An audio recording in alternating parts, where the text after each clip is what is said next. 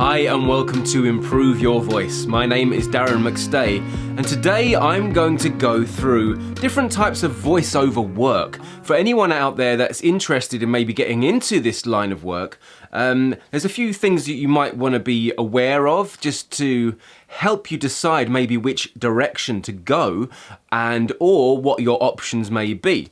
So let's think about it. Where do you hear voices? Where are voices used? Well, we all know that, TV commercials, radio commercials use voices and they use voice actors to speak certain things. And we also know that animations and cartoons and lots of stuff that we see on TV and the cinema use voices in different ways. But then also there's audiobooks. Novels that have been read, there's also children's story books, there's YouTube channels full of, pictures and children's stories where people have just voiced over. But there's also, think about when you're on the train or on a bus and you hear an automated voice like, please move along the line, or the next stop is Worthing, these kind of things. But there's also, on the back of a van, you'd hear, this vehicle is reversing, beep, beep, beep. This vehicle is reversing, beep, beep. So anywhere where you hear a human voice it's been recorded by a human. Someone has done that job. So there's a lot more scope to it than you might actually think. There might be a lot more areas that you can consider when, approaching creating a voice reel and approaching, agencies or, people for companies to get work. And also, that's one I forgot, is teleprompts. When you phone a company up and you get put onto the answer phone and there's a voice there telling you, if you would like to speak to customer service, press 1. If you would like to go to the main store, press 2. That's another voiceover job, and that's something that can, pay quite well, because every company, how many companies in the world are there? And how many English-speaking companies? It doesn't matter, whatever language you are, there's going to be a company that will use those teleprompts. So it's just another area you can consider. When I was living back in London, I was working with a lot of actors on their voiceover reels. And we tended to cover 3 main areas. And the reason we covered these 3 main areas first was because these are the most popular, the most lucrative, and the most likely for you to get work in, so it's best to have a good demo reel in these styles. Then there's also kind of character voices and whatnot, but that's so much rarer that you'll get the opportunity to work with those, that it's really worth focusing first on doing what you do best, which is you, and getting your voice right. So the 3 key areas that you will get that work is 1, in commercials. Commercials are what pay voiceover artists the majority of their money. Commercials pay a huge amount of money because if a company or a brand wants to use your voice for something, they don't want to see your voice anywhere else. So what they tend to do is they pay you for the time it takes you to record, which will be a healthy amount of money anyway, because they're also paying for your experience and for your own, charisma and your ideas and your input. But then they'll pay you what's called a buyout, which means that they'll buy the use of your voice for these types of services or products for a select period of time. Okay, so let's say, for example, that a company, a famous phone brand, wanted to use my voice for 3 years worldwide. Then they'd have to pay me for the 3 years so I don't work for another phone company in that time. You see, because there's certain types of voices that are very popular for certain brands at certain times, and if one phone company wanted to use my voice exclusively, they'd have to pay me a whopping sum of money, often a percentage of what their marketing budget is, in order for me to not go and use my voice elsewhere because it's going to work for their product. And so commercials can be huge money makers. If I got, generally I'd get about 500 euros to 1,000 euros per hour just for turning up and speaking. And I won't do anything less than that. I won't turn up for half an hour because I'm not going to split it in half. An hour, if it takes me 10 minutes to do the job, I don't care. It's an hour you're paying me for. And that hour is minimum of 500 euros. So I turn up and do that. And that's just the fee.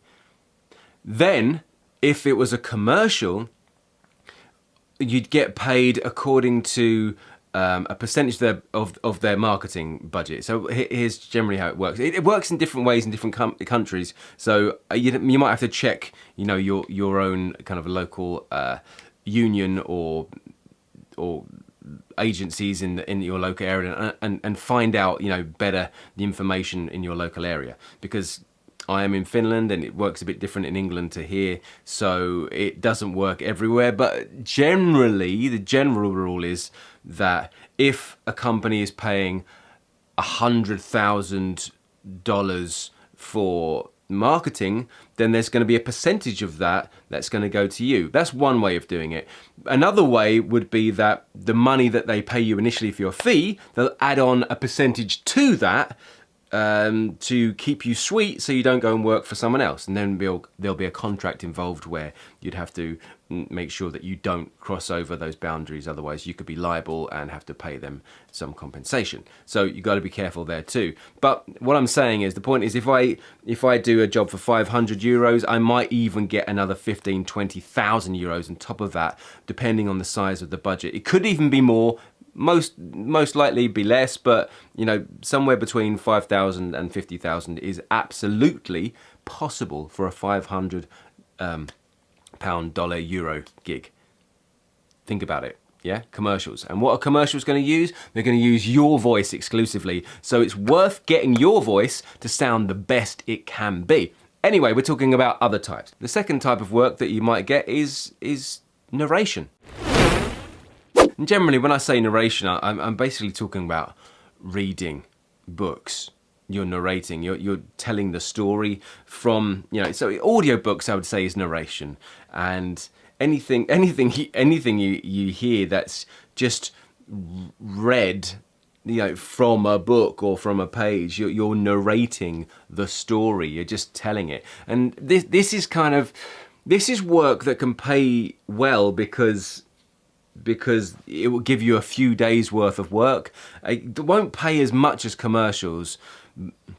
In fact, it pays less, but because the extended amount of time you'd be working on a narration would be longer, you might get more hours.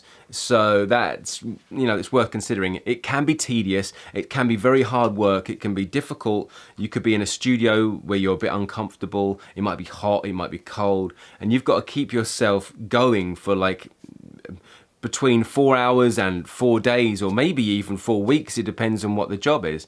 But narration can be, it's like a marathon. Narration it's something that you've got to be very consistent with, and something where if you're not really ready to be reading off the page, then maybe it's not a job for you, because it's very difficult to keep reading and reading and reading and reading and reading and reading aloud without tripping up all the time. And if you're tripping up all the time, then a short novel is going to take a long time to record, and they want people who can just do it and lift the words off the page.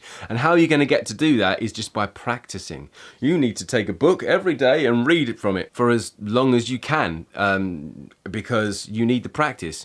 With narration work, you want to be able to turn up, pick a book up, read from it with expression without over-colouring it, and just make sure that there's no odd things going on, and you keep it simple and consistent. Simple as that. I say simple as that, but it is actually quite hard work, and it's not necessarily the hardest thing to get into, but then I think sound engineers and directors are very keen on people who've done it before, because they know what a slog it is, and it is quite a marathon. It is quite difficult to do.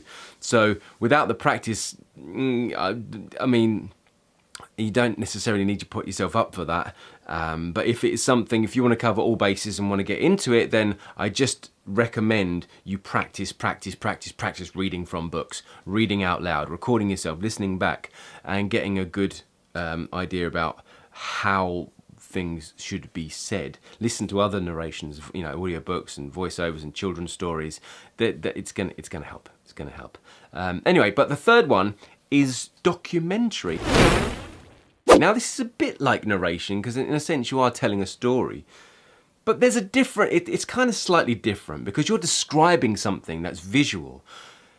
Often with this is like more voice over, because you are like nature documentaries, for example. You're telling a part of a story, and then the visuals do the rest. Then you're telling another part of the story, and there's visuals. And sometimes the story goes over the visuals. So it's not like a narration where you're just reading. And it's not like a commercial that needs to be higher energy, and it's short and punchy, and everything has to stand out. But with documentary, it's almost like you've got to really practice your pauses, right? Because you often leave a sentence halfway up in the air so the visuals can take place, and then carry on as if you haven't paused at all to finish the thought and to finish the momentum of the sentence you were speaking. So it's another very different kind of technique, and sometimes you might have to watch the screen so you can time your words accordingly, and so that might mean that you shouldn't be looking at the page so much. Sometimes they have a screen with those things on there, but the point is that it's another art. So it's something you should listen to quite a lot. It's good to watch lots of nature documentaries. You could watch any documentaries really, but they often use voices to help tell the story, to fill in the gaps of what is not being spoken, and so it's quite an interesting area of work. I think documentary for me is hugely kind of, it's something I'd really like to get into more. I've done a couple of small things, but not a huge amount of that, and I would do more of that myself. But again, people use voices that are warm and trusted and natural, and are able to tell stories and fill in gaps and entice a listener just by speaking. Audiobooks, consistency. Commercials is energy, and documentary is enticement. Right, so I don't even know if that's been a helpful video or not. Maybe it has. Maybe I've opened some doors for you. But what I would say about these three types, these three main types of voiceover, of course there's many, but it really good if you want to get into the voiceover world is to pick one type and focus in on it and try and get really good at that one thing before you move on to another thing. That way you're going to have a niche, and that way you're going to get really good at something and not just a little bit alright at lots of things, because there's too many people that are a little bit alright at lots of things and none of them are getting any work. The people that do documentary work generally get more documentary work. Those that do narration generally tend to do more narration, and those that do commercials have really got a kind of feeling for how to do commercials. So with all of it, you need daily consistent practice, you need to work on yourself, you need to work on your voice, and you need to just listen to how it's done by the other professionals. Hopefully this has been useful. Thank you for watching. I'm Darren McStay, this is Improve Your Voice, and until the next time, look after your voice.